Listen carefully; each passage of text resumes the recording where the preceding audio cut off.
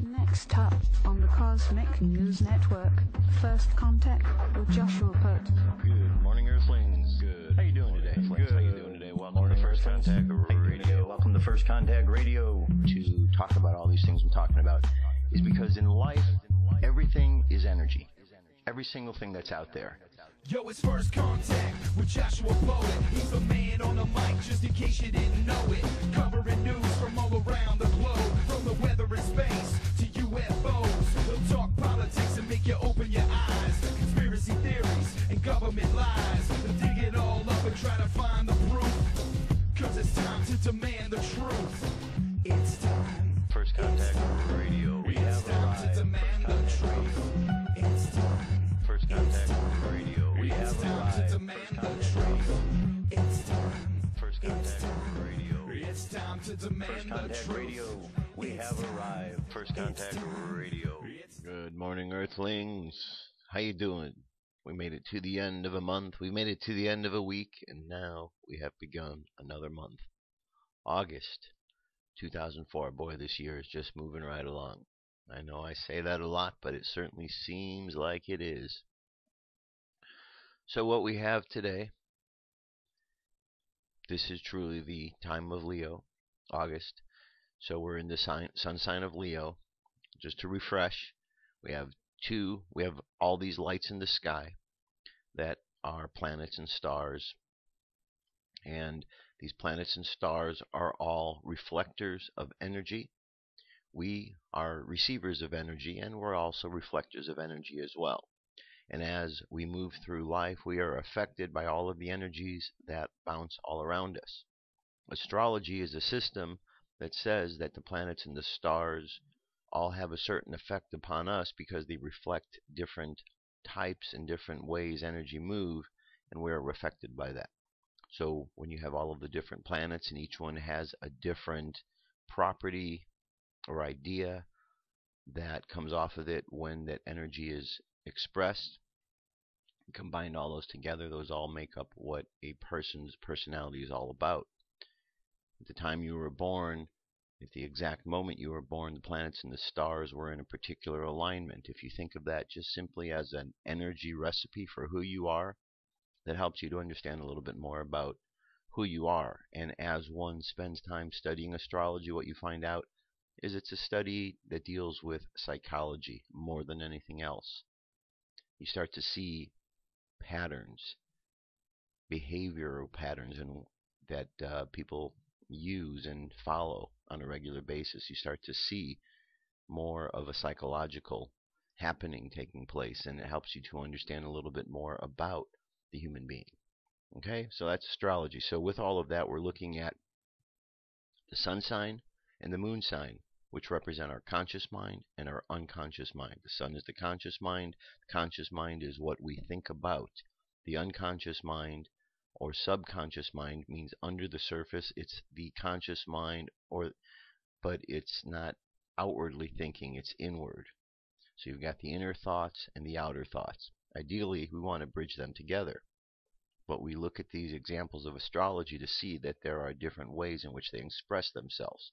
So right now, the conscious mind, the mind that thinks about things, is dealing with the energy of Leo. Our sun sign is in Leo. So our conscious mind is dealing with the ideas of fire. And this takes place over the course of this whole time that we're in Leo. Our unconscious mind at the moment is right here in Libra. So our unconscious thoughts and mind is dealing with issues of Libra, air. So we've got two elements we're dealing with. We're dealing with the element of fire, which is our sun sign, and the element of air, which is our current moon sign. If we just look at the daily astrology and simply look at it from an energy perspective of what are we working with, fire, water, air, or earth, that will help us immensely with our understanding of what's going on. Even if we know nothing else, just understanding that. Because in life, we've all worked with fire and we've all worked with air. So we can think about the times in our life when we've worked with fire and air, and we just apply the idea that the fire right now is what we're thinking about: ideas, thoughts, creativity, Those are the things first and foremost on our mind. And then the unconscious mind, Libra, is about how do we find balance? How do we even things out? How do we bring in an even flow in our lives of what we want? How do we have the proper actions and speak the proper words to get the balance in life that we want? So these are the two things we're working about. If we have too much fire, too many ideas, it can throw the balance out of whack, because then the air is really all crazy and chaotic. If there's too much air, it will blow the fire around. So if there's too much action, too much, chaos, then the fire becomes spread and the ideas aren't consistent. When they work nicely, you have good ideas when you have a good process of expressing those ideas through words or actions. And so that's what we're always looking for. How are this conscious and the unconscious mind going to work together? Because they're two parts. One would be the masculine, one is the feminine. When you look at the tarot cards, we see them represented that way, the male and the female. The male is the conscious mind, the female the unconscious mind. The male is the positive aspect of the energy, the female the negative aspect of the energy. The positive and aspect are just two poles of the same energy. Doesn't mean one's good, one's bad. They're just electrical charges, but they're both part of the same pole. So the Kybalion tells us that everything along that same pole belongs to the same property. So male and female are the same. They're just opposite ends of the spectrum to balance each other out. But it's conscious and unconscious mind. Now there's other factors that play a part in astrology, but mainly we take a look at the sun and the moon, because those are the two most prominent. As we go forth into the day, we have a square coming up later at 10:14 a.m. for us to be aware of. Let me make this screen a bit larger so you can see it better. Here we go. Okay. We have this right here, a square. That looks like, well, no, I don't know what the heck that is right there. Looks like kind of like Mercury. Is that square Mercury? Perhaps it is. Here we have, so if that's the case, then we have lessons in communication we're dealing with, balancing out our communication. As we go later into the evening, we've got a square with Jupiter and Mars. Mars is that planet of energy, aggression, passion, life force energy. Can be positive or negative, depends on how we use it. Here, the energy is expanded. And when it's expanded, now we have to learn the lesson of how to work with energy in an expanded way. Alright, and as we get into the evening, Uranus and Libra become opposite each other.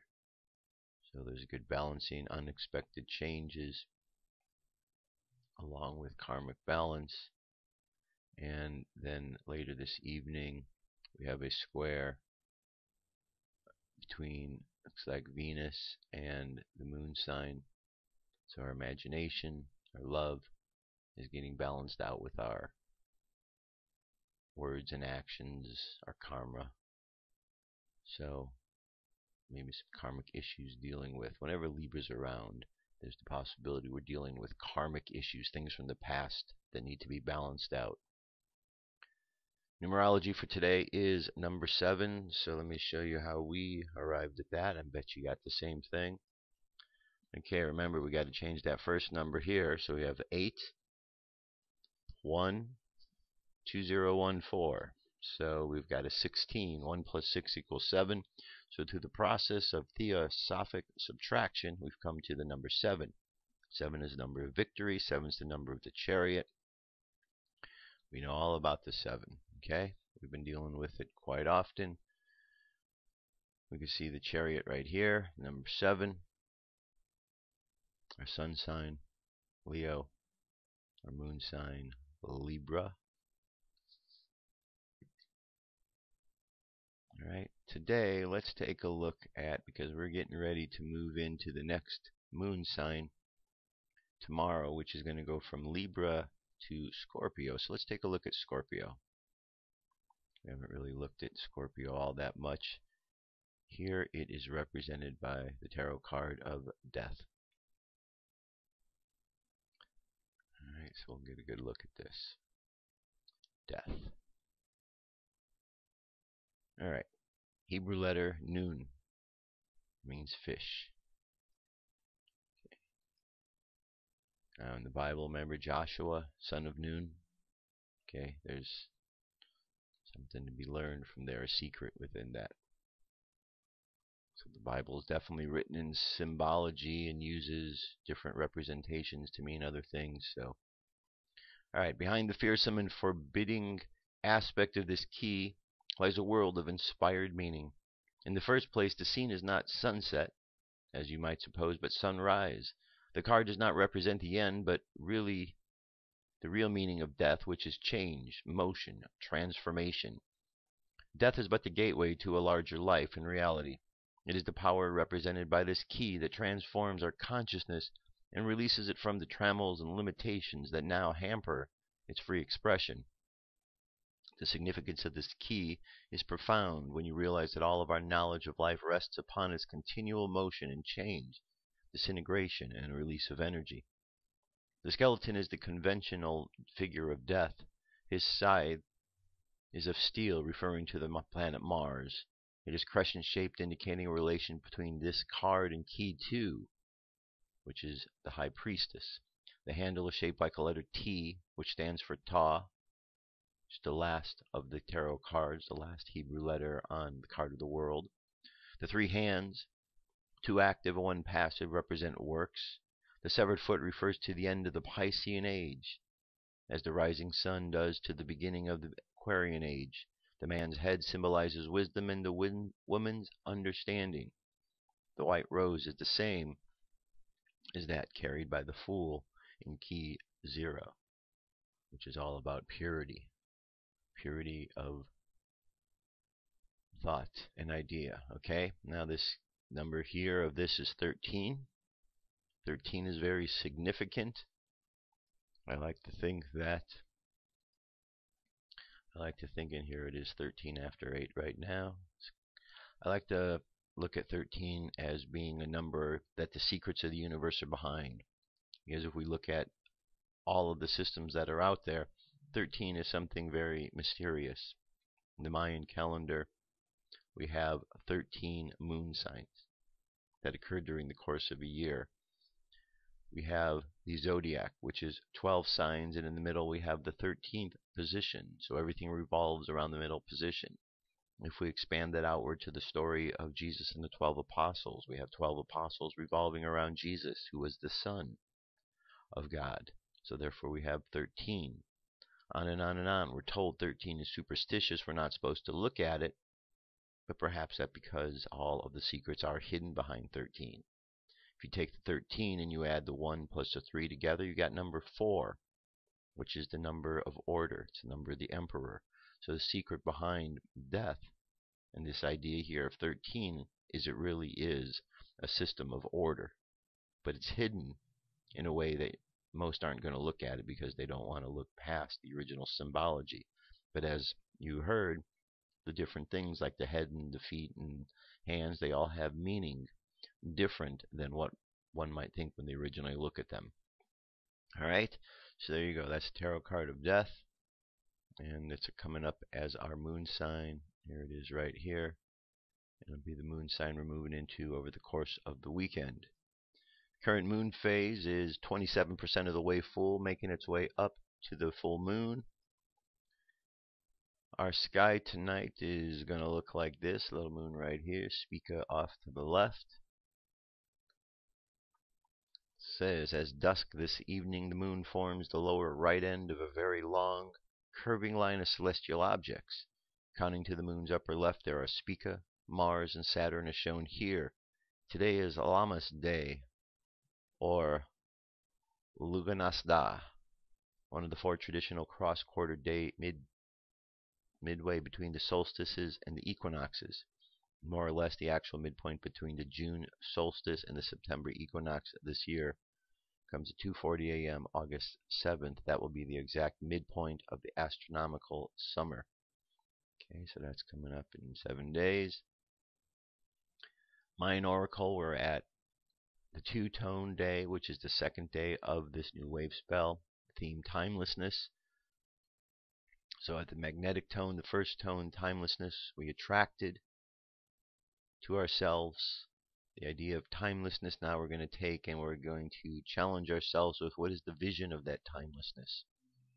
If this was it, if life was here and was happening now, and we didn't have to go someplace, but we were in the midst of doing it right now, what would our vision be?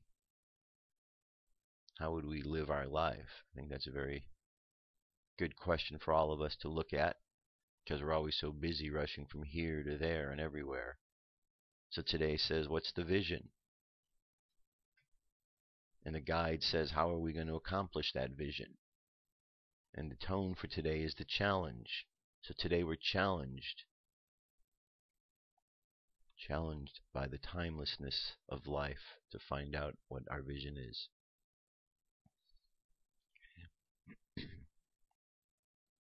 You know, I think this one is definitely significant.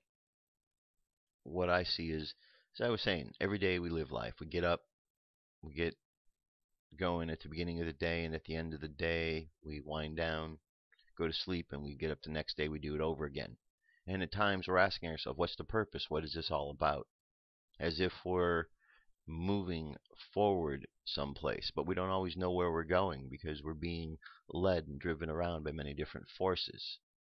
But when we really get to it and we really take a look at life and we get past all of the illusions that this physical world shows, we realize that timelessness is really what exists out in the world.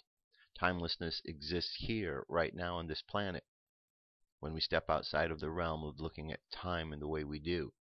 And when we understand the timelessness, we understand that this is our life right here, right now.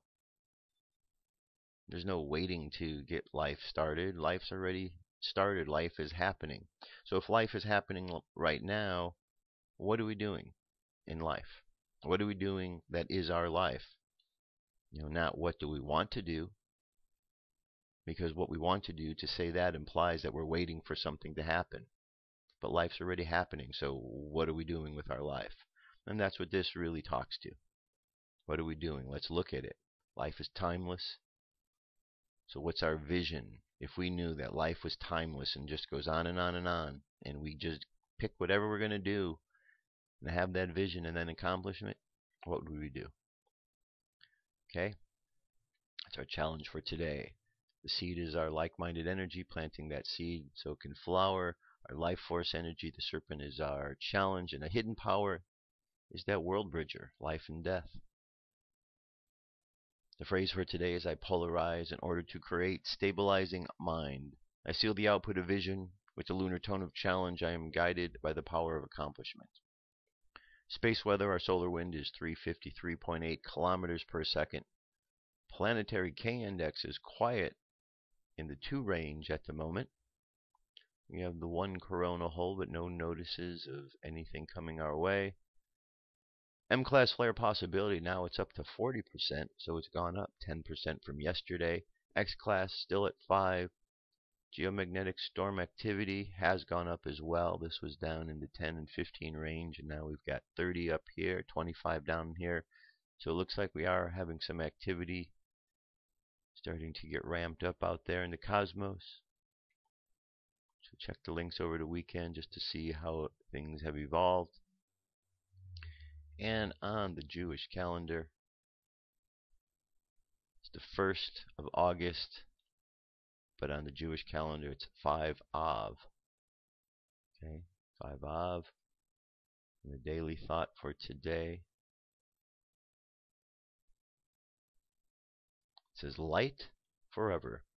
At the threshold of liberation, darkness filled the land of Egypt, yet in the homes of those to be liberated, there was only light. Light is our true place, and light is our destiny. As dawn approaches, darkness shakes heaven and earth, and in the final throes of its demise. But those who belong to the light and cleave to it with their hearts have nothing to fear. For darkness is created to die, but light is forever. There you have it. That is our cosmic weather, all compilation of energy dealing with today, so we know what we need to do as we go out and about in the world. I'll be right back. Actually, let's just jump to it. UFO news is up next. Here we go.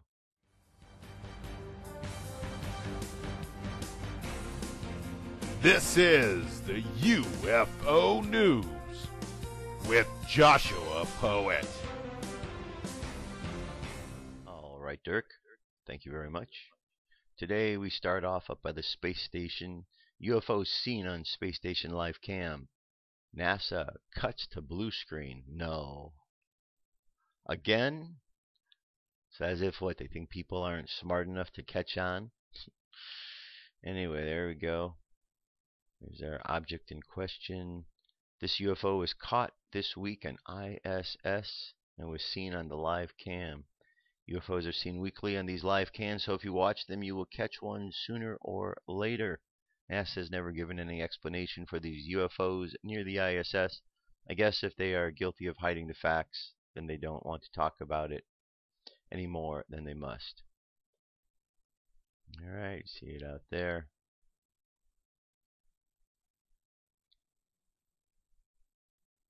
And of course, we could see how the object out there by the ISS is attacking. It's in non-stop, constant attack formation. Right? Oh no, it's not, is it? So all these stories about we're going to be attacked by aliens, except when they're out there, they just kind of hang out, come out to the ISS, they don't attack. See, it's a big lie. What do you think they would do if they showed the public this footage and the public saw this? Would the public believe the lies anymore? Then the same agencies are telling them that these aliens are bad, they're out to attack us. And people look at the pictures and saying, but we see stuff up there all the time and it hasn't attacked. So why all of a sudden are we supposed to believe it? So, again, just part of the cover-up. What's going on? There's the blue screen. Uh-oh. Alright, MUFON Symposium. 2014 Mutual UFO Symposium gave MUFON a chance to get some business done and present speakers who looked at the issues with the media coverage and the UFO topic. We interviewed several of the speakers and MUFON administrators to find out how they felt the symposium went and to get their take on the theme of the conference. So here we have a nice little video for you, a little wrap up. 6 minutes, 52 seconds. I'm going to leave that for you so you can check that out. I'm moving on to the next one, which is a compilation of sightings that took place in July, which is already in our rear view mirror. It says the most remarkable sightings. 9 minutes and 31 seconds for this particular video. And many of these we have already seen over the course of this month. Alright, if you go to firstcontactradio.com and you just go to the sections UFO News, every single day I post the stories that are done. Alright, this is pretty much just one particular one. Oh, I see. Okay, here's all the different ones. I got it now. Alright, so check it out. You got the France, you got Studio City, you got Canada, Paris. Alright, moving on. Crop circles. We also got a bunch of crop circles. So the crop circle season in England has brought great surprises. The circles do not appear where they used to. This amusing season is presented in the video by Fernando Correa. Okay, well here we have Jaime Maussan. A little introduction of what's going on here, and let's just zip ahead. Alright, we've seen a number of these crop circles. There's some pretty intricate ones, huh? Very cool on what's being created out there in the fields.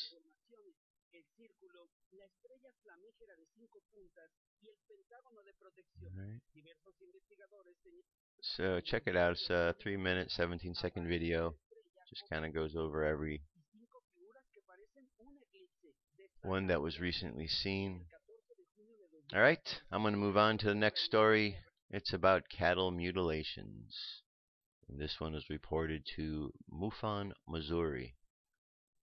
A Wright County, Missouri radio station employee filed a report for a local listener who experienced a recent cattle mutilation, according to July 28th testimony from the MUFON Witness Reporting Database. He checks his cattle every day, and the other day one of his calves were missing from the herd, the reporting witness stated. He couldn't find it, that day, but the next day he noticed a buzzard and went and found it the calf in the creek bed. The witness described the animal's condition. All of the internal organs were gone. It was drained of all blood, and there was nothing left but hide and bones. He said there was a smell like a butcher shop has. Hearing of the other animal mutilations in the area, the rancher has relocated his herd. He moved all of his herd to another area and has sold all the calves he could, as he had heard his neighbor has lost 15 calves the same way that his calf has died. And this is located in the southern portion of Missouri. All right, so we have aliens out there sneaking in for a late night snack. Hey, we eat cows. Perhaps they eat cows too, right?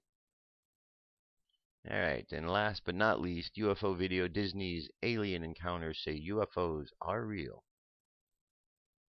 Mankind is in the midst of the most profound event in history. Actual contact with intelligent life from other planets.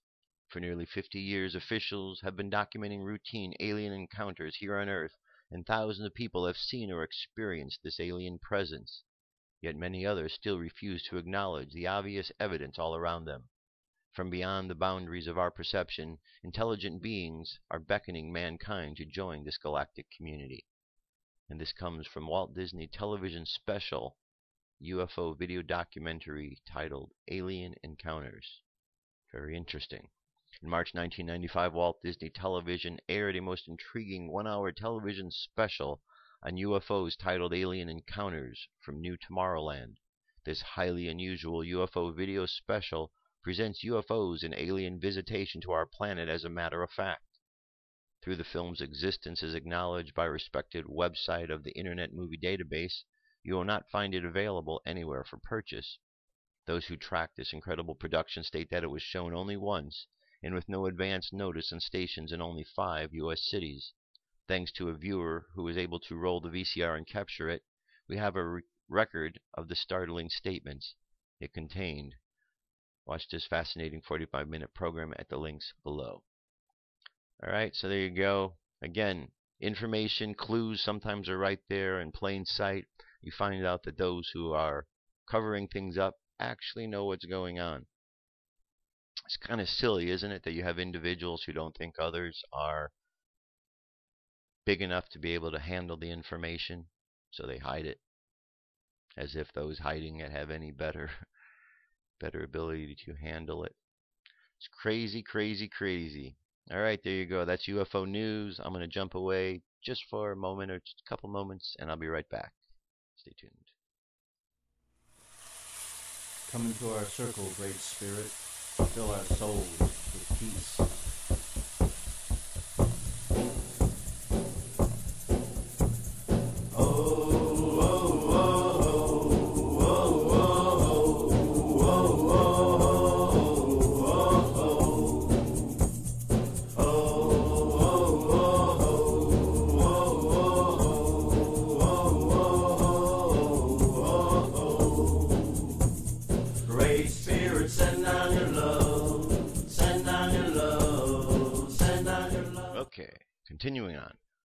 Continuing on. So, tractor beam technology. We've heard about that. We've seen it in the movies.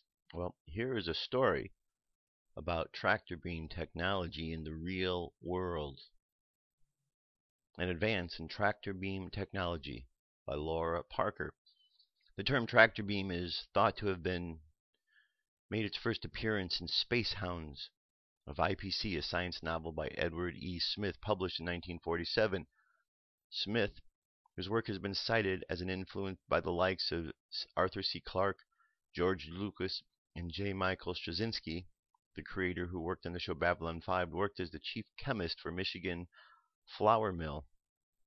His best-known works, the Lensman and the Skylark series, are full of imagined technologies like the tractor beam, far beyond the reaches of contemporary science, but nonetheless based on seemingly sound principles. Scientists first began working on making tractor beams a reality in the 1990s, after the Russian ceramics engineer Eugene Podkletanov reported the small objects, when placed above the superconducting disk supported on a rotating magnet field, lost up to 2% of their weight. His experiment, the results of which were met with widespread, albeit somewhat knee-jerk, skepticism in the physics community, seemed to indicate that it was possible to neutralize the force of gravity, at least in part. Further experiments followed in 2001. Podketlanov and the Italian physicist Giovanni Modanzi built what they called an impulse gravity generator, a device that emitted a beam of focused radiation, in short, repulsive force. Until recently, no one had managed to move anything bigger than a particle. There was brief excitement earlier this year when researchers from Australia and Spain successfully moved a plastic sphere 50 nanometers across, around 1,000 times thinner than a human hair, by splitting a beam of light in two and using it to press in on the sphere from each side like a pair of tweezers. Even NASA has tried to get in on the action, although their vision seems somewhat lacking when compared with the many tractor beam scenarios already laid out in science fiction. The team of scientists tasked with the job are supposed to come up with a more efficient way of clearing orbital debris, for example, space garbage. Now, scientists from the University of Dundee in Scotland have created something with a bit more muscle. But most of the documented experiments with tractor beam technology so far have involved light waves.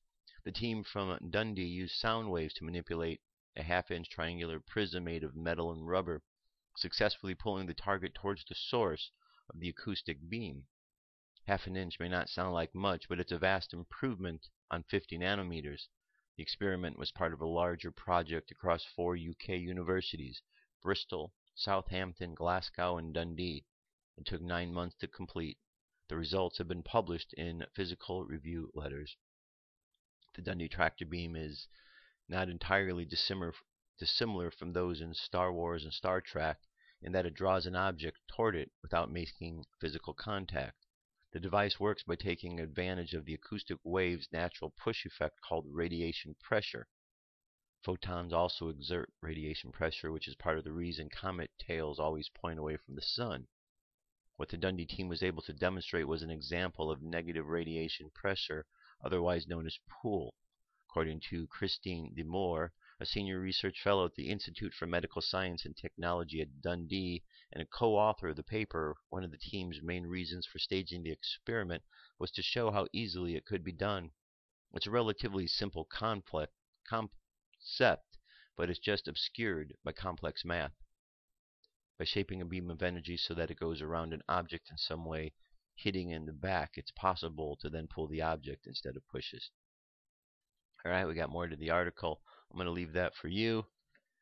Pretty fascinating. Okay, things of science fiction are becoming reality of our day.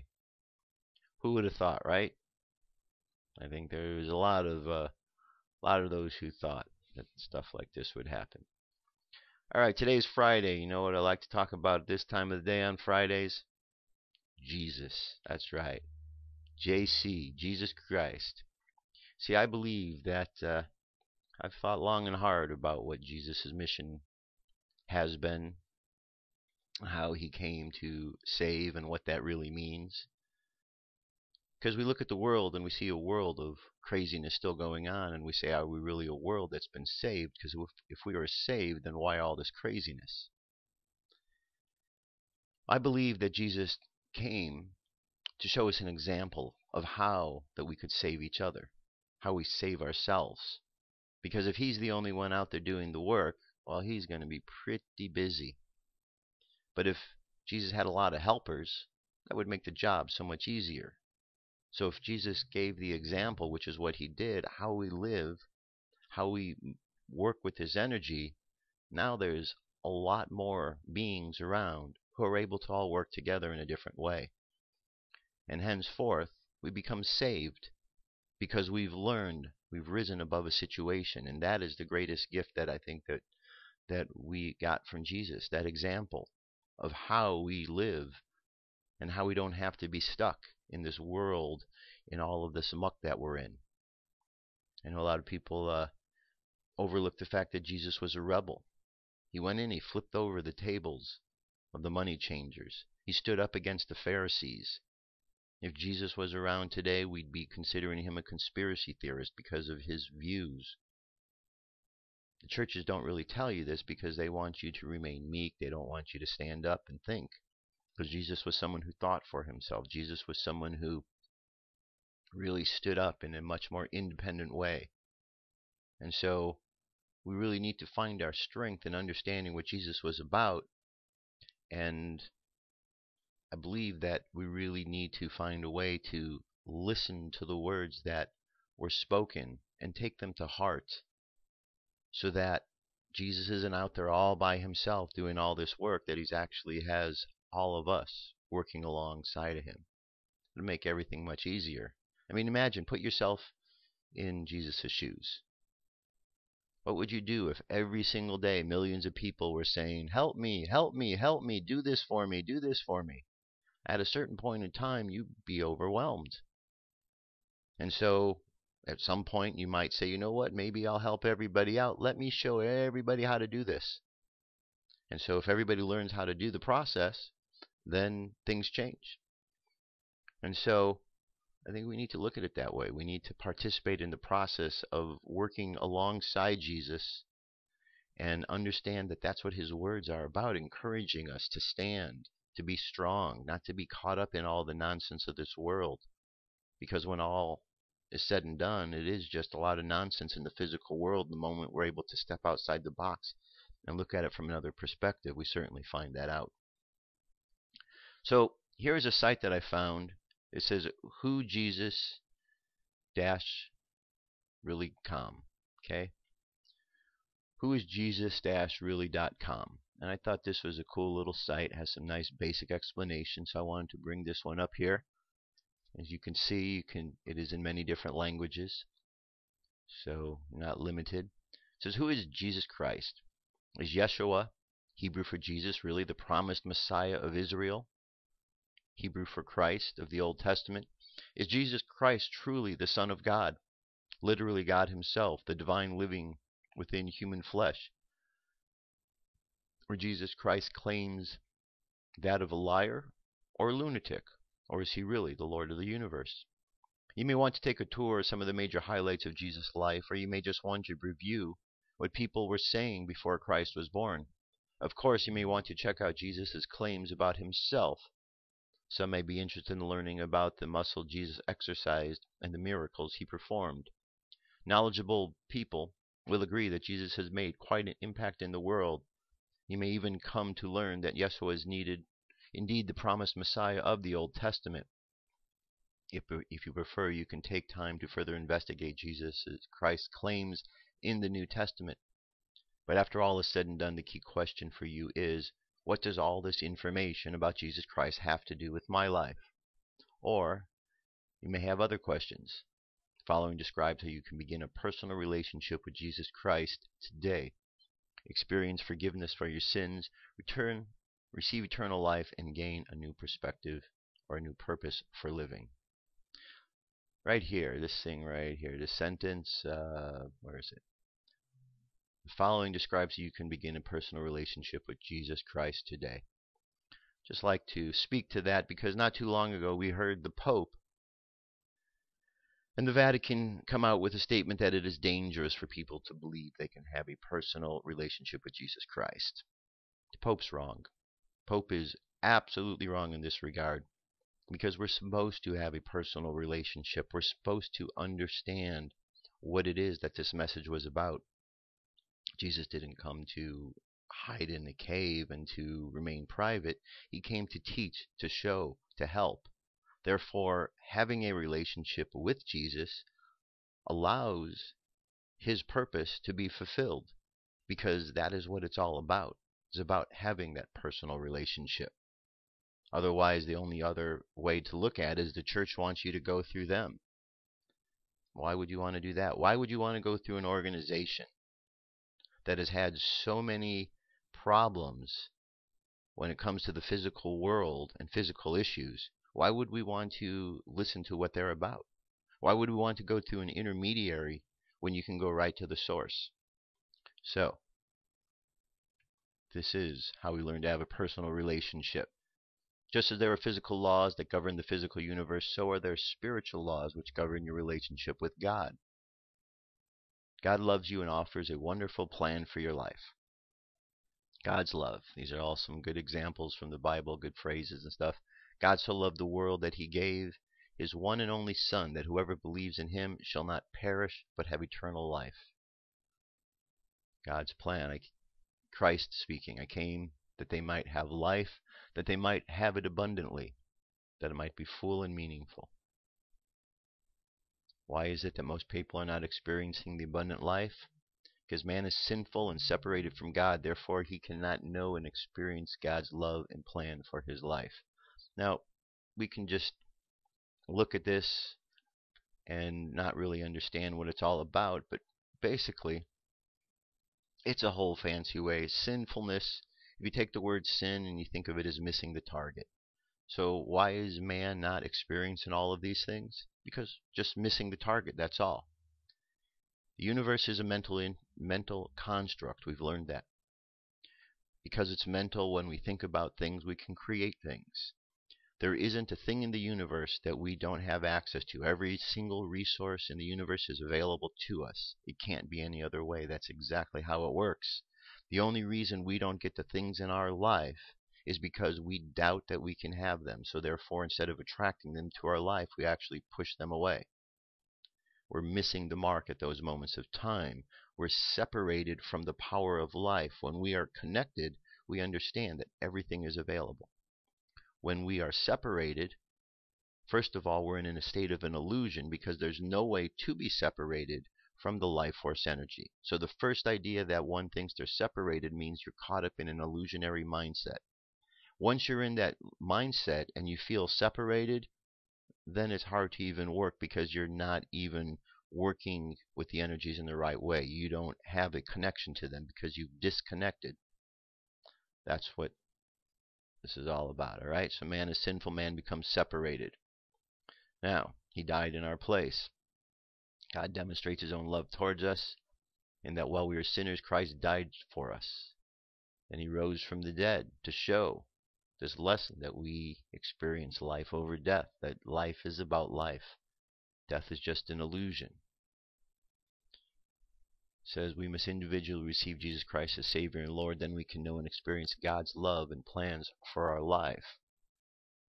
Because Jesus is the example. The example that Jesus Christ gave shows us how to live, how to understand what this is all about. Okay, we receive Christ by personal invitation. It says, behold, I am the door. I stand at the door and knock. If anyone hears my voice and opens it, I will come in to him. Okay, this is all about a personal invitation. Different than what the Vatican says. We're supposed to be invited personally, not as a group. Group all works together. Okay, and then I also left this link available for you. This is the complete sayings of Jesus, so you can check that out. But I think the message is really pretty simple. I think we can always take the words that Jesus was about, and we certainly listen to what the churches present as meanings and interpretations.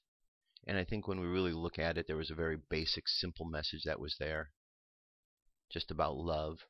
And when we really understand that message and just understand that that's what Jesus talked about over and over and over again, I think we find it to be very simple, and we see how we can apply it in our lives. Because it's either about love or it isn't about love. And everything Jesus was about love. So if we look at the churches and the examples that are out there talking about Jesus, what are they about? And if we can see and we can say that they're all about love, then we know that they're all about the same thing Jesus was. But if they're not all about love, if there's other agendas, well, then we can see where the man's influence is, and we should be able to understand the difference. All right, let's move on from here. This next piece, this is an article over at In5D. It says, Return to the Source, Philosophy and the Matrix. It says this documentary is about the film The Matrix. and its relationship to philosophy and philosophical themes. The discussion is broad and explains how masterfully and seamlessly the movie touches on everything from Socrates, Plato, Descartes, Berkeley, Kant, Nietzsche, Baudrillard, Borges, Nozick, Laplace, Hume, Schopenhauer, to religion, meaning, purpose, casuality, free will, consciousness, love, intuition, etc. Alright, and down here is the link to the movie, which you can see it's an hour long. It's an hour long, and we've got links to all the others: Plato, Descartes, Hume, Baudrillard, Immanuel Kant, Schopenhauer, Nietzsche. So, good stuff for you to check out for over the weekend. You know, set yourself aside an hour where you can watch the video, and I think you'll find it to be very worthwhile. Okay, today's message is a message that comes from Lord of Arcturus and Lord Sananda. Let's hear what they have to say.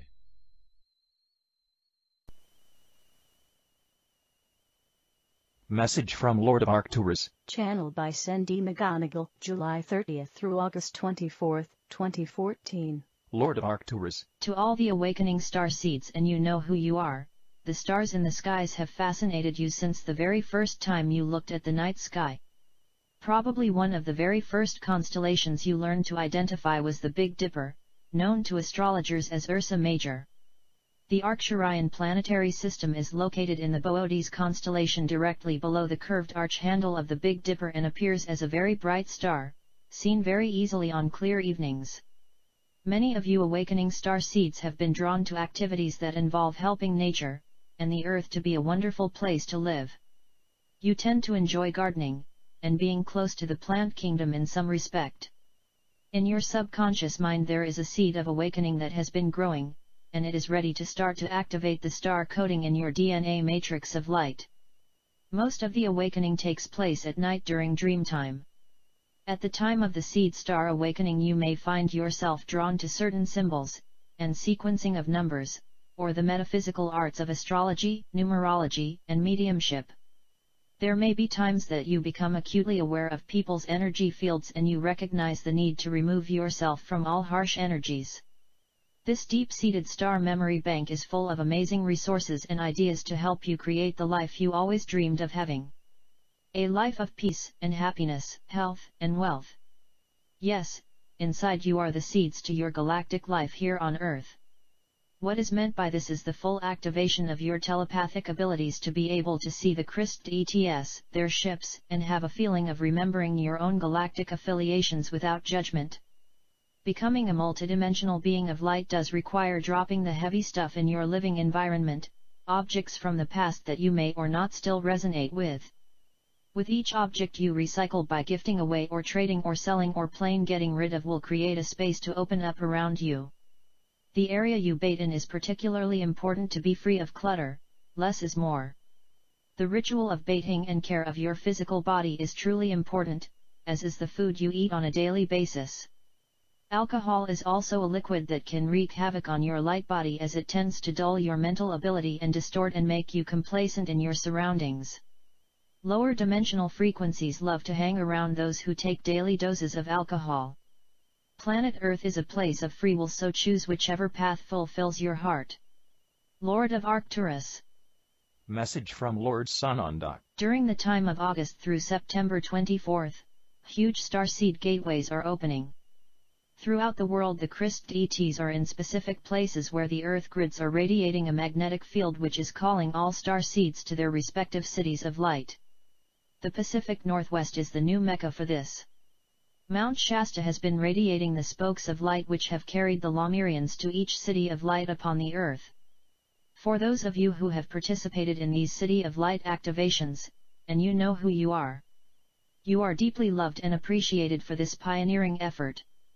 The Lemurian cities of light are all found in deep lakes of pure crystalline light which are connected to the star systems and the planetary systems that helped create the new Earth.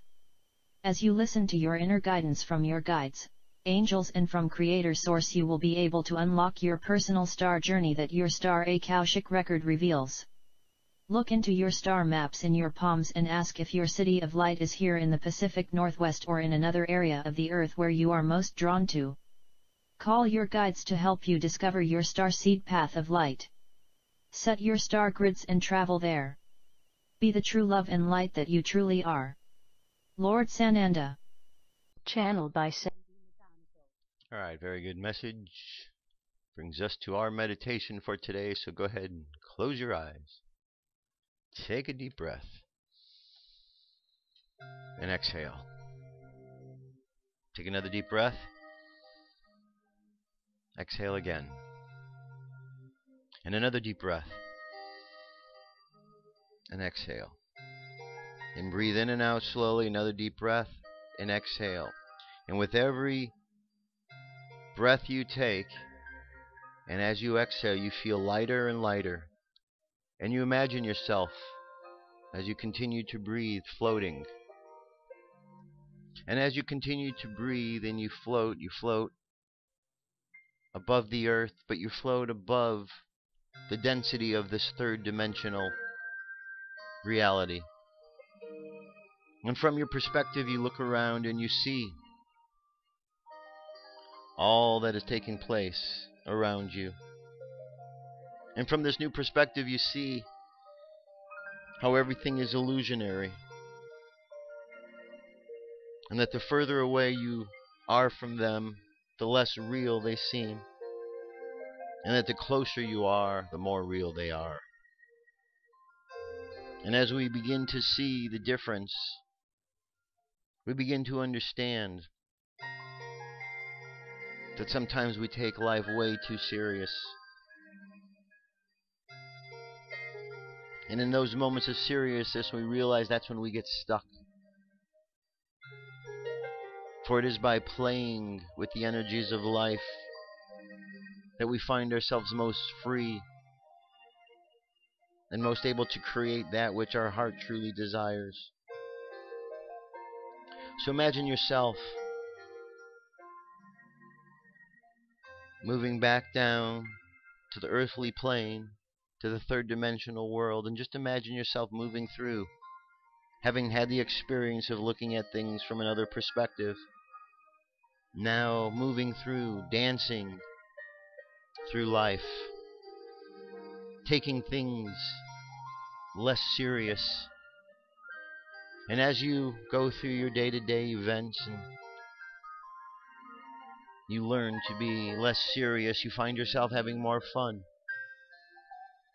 You find that things flow much easier to you. And you realize that the only thing blocking the energy to you was you. But with a new perspective, you realize that you don't have to block anymore. So imagine yourself freely receiving from the universe every resource and abundance that you ever need. Imagine this energy, this resources, this abundance all around you. This exact moment, around you, through you. And all you need to do to participate in it is just receive it. So just imagine yourself now, over the course of this weekend, experiencing this abundance, acknowledging its presence in your life, knowing that when you need, by simply asking, you shall find that you will receive.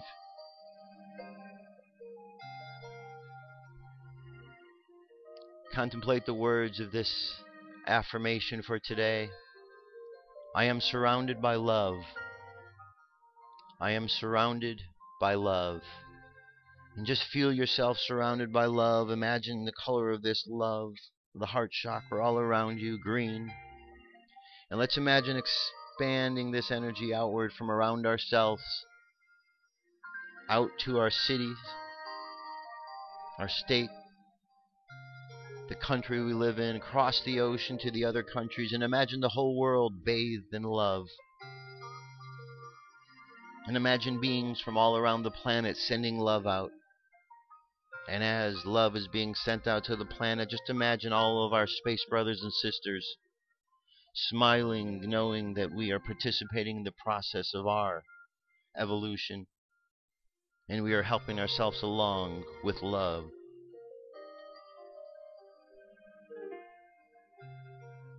Now, let our subconscious mind continue on that journey of experiencing love, sending out love, and let's bring our conscious mind back to the present moment on the count of 3. 3, coming back to the present moment filled with confidence. 2, coming back to the present moment filled with faith. And 1, coming back to the present moment happy, healthy, and whole. Happy, healthy, and whole. Take another deep breath. Exhale. And open your eyes. That's it, my friends. That's it for today. That's it for the week. And that's it for the month. I'll be back on Monday with more news and information. Have yourselves a great weekend. Think about the things we talked about. Go back, reread all the details, things about what Jesus talked about. There's plenty of movies and videos to watch. A lot going on. But most importantly, just have fun with things. Don't take everything so serious, because when we do, the only one who gets caught up and all messed up in that is ourselves. So we don't need that. I know I don't, and you don't either. Have yourselves a great weekend. I love you. Keep loving each other, and I'll be back Monday. Peace. I'm out of here.